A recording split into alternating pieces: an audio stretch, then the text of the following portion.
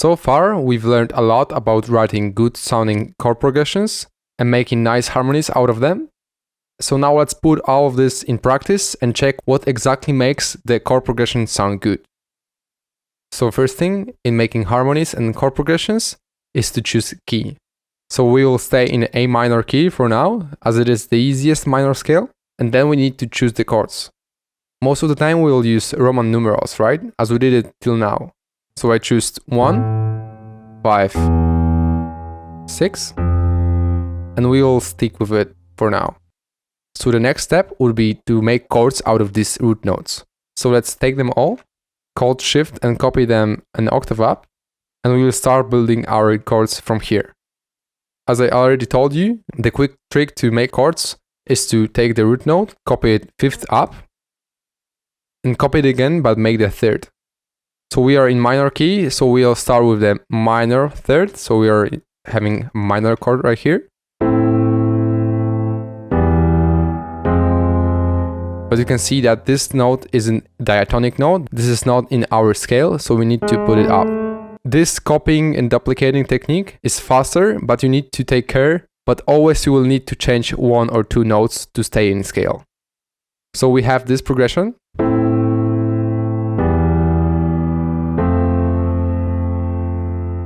And now what we usually would do to make this sound better is to make the different voicings. A nice trick to make the chords more emotional is making the second inversion. So we would have the 3rd as our top note. So simply we can take the highest note and take it down 1 octave. Now we have the second inversion of all chords.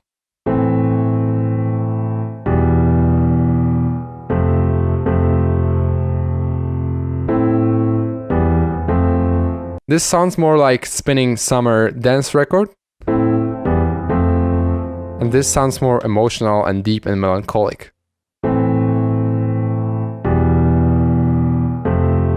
Right? So the second thing would be to make the voicings closer to each other. So let's take those notes and put it back an octave up. So as you can see, we've came back to the previous positions. This maybe doesn't sound that bad, so let's keep it like this for this moment. So the next thing to make the progression better is to play with the 7th, or actually just add more tones to the chord. So let's start with the 7th. So we have an A here and here. So we can add a 7th by going 1 tone down.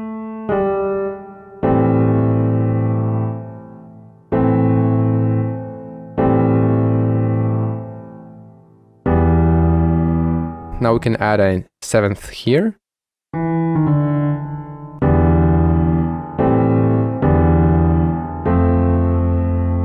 And this chord sounds way more basic than those two. So let's make maybe a 7th, let's try it. Doesn't sound that good actually, so maybe let's get rid of that. And now let's play with the 9th and 4th and 6th, as we did in the previous sections of the course. Let's try add 9th here. Keep in mind that 9th is also the 2nd.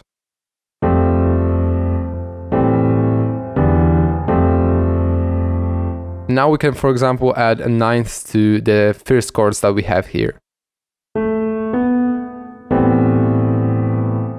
That starts to sound really jazzy and too busy for the dance ADM style, but who knows, maybe you can invent new jazzy ADM.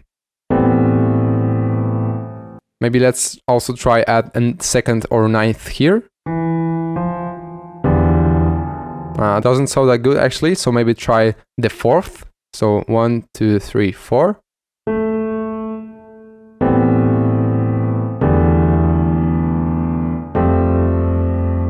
As you can see, after adding tones to the chord, here we pretty much have the same chord here, and only those 2 notes and those 2 change. So that's pretty interesting.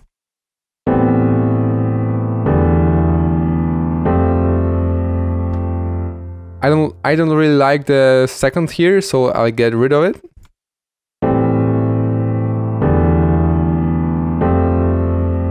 And next up comes the voicings. I don't really like the voicings of this chord progression, so let's change it up. I'd like to take this C note down here.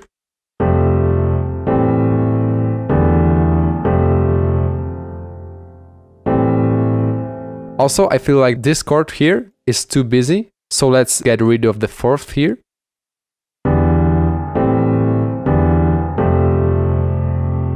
And now I would like to add a seventh to the last chord because I haven't yet. So we'll go to the E here, but I'll take it an octave up. So this is called voicings.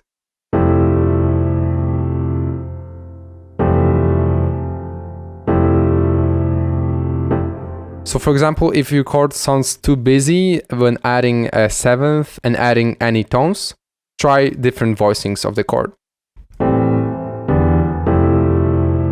Next step in voicings will be copying chords octave up.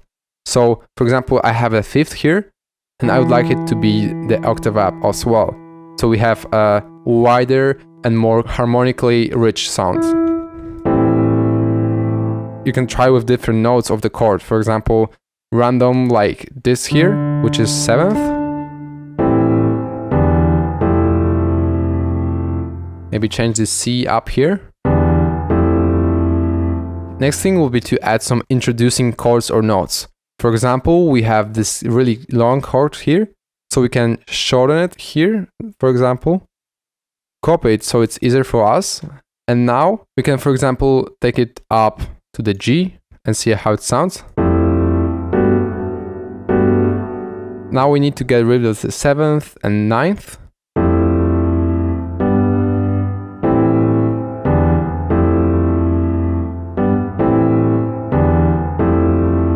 And now, for example, we can add voicing here and copy the G here octave up.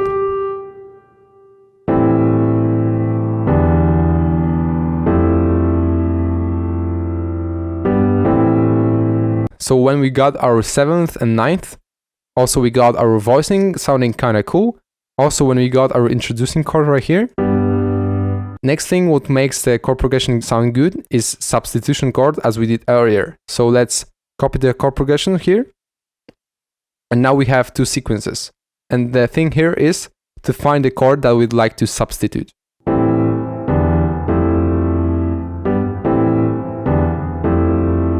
I feel like we need to substitute this chord here.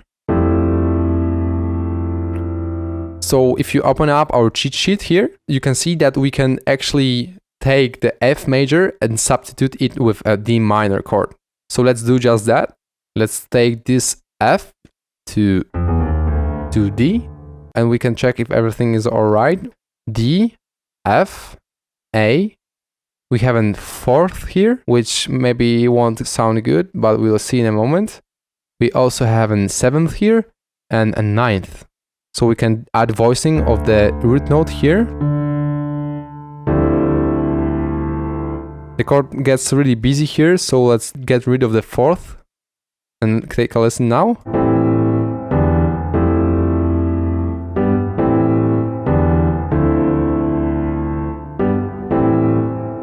And now we can, for example, get rid of some voicings. For example, get rid of the G here. And now we can, for example, also get rid of the ninth here. So the chord is more basic.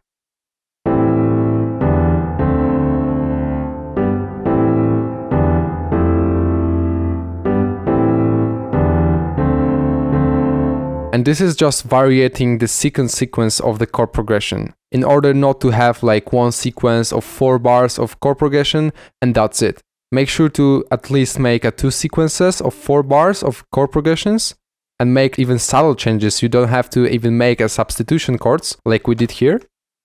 But you can also try deleting some notes or changing them or whatever. So maybe just let's take out this G here. And that's just to recap everything that we've learned already and show how to use it in context.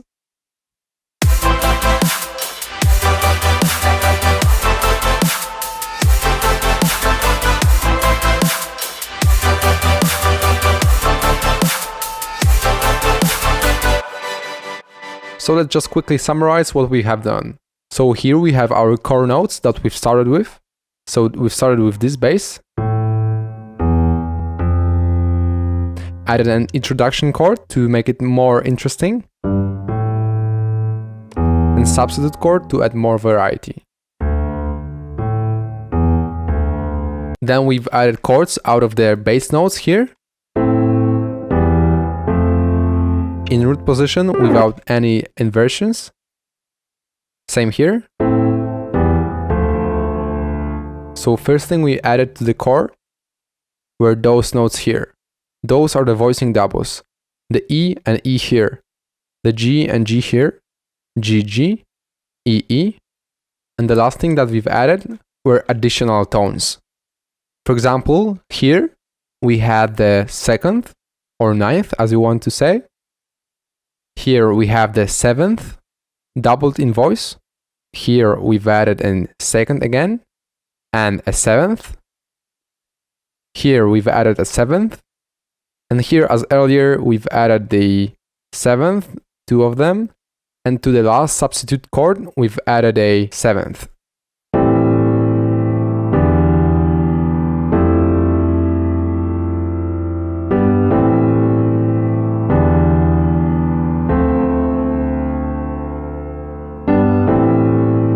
The chord progressions are about building and releasing tension. So we've built tension here in those two chords and released it